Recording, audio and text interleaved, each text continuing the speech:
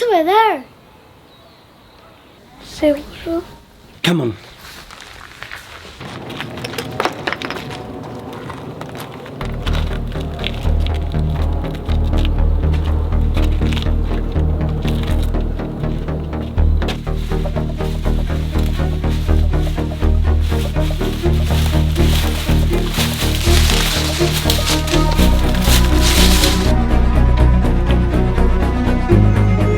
¡Está allí!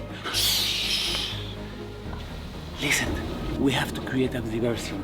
And when he get away from the dead tree, you go and take the book. Ok. ¿Y yo qué hago? What's the entrance? Ok. No sé qué ha dicho, pero vale. Creo que no quiere que me mueva, pues no me muevo. Ay, mamá, qué miedo.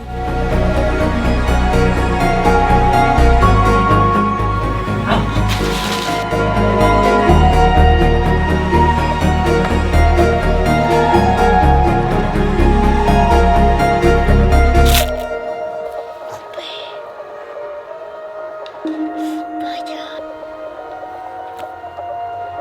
Ay, qué nervio.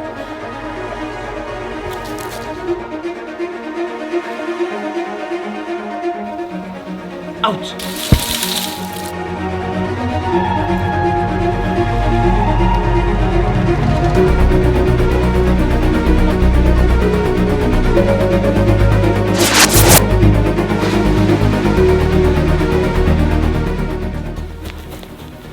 Wow, I can't believe it.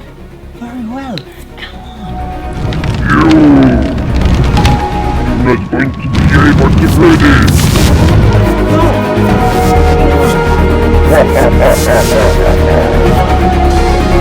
Me toca. It's my book. ¡Oh, no!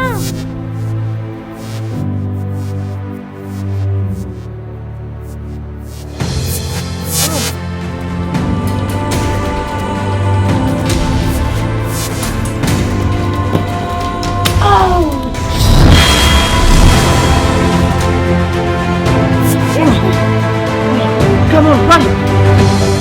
Ay, ay, ay, ay. Muy bien, Ray. ¿Qué le ha hecho al libro? What did he do to the book? I don't know. Let's find out later. Come on, run!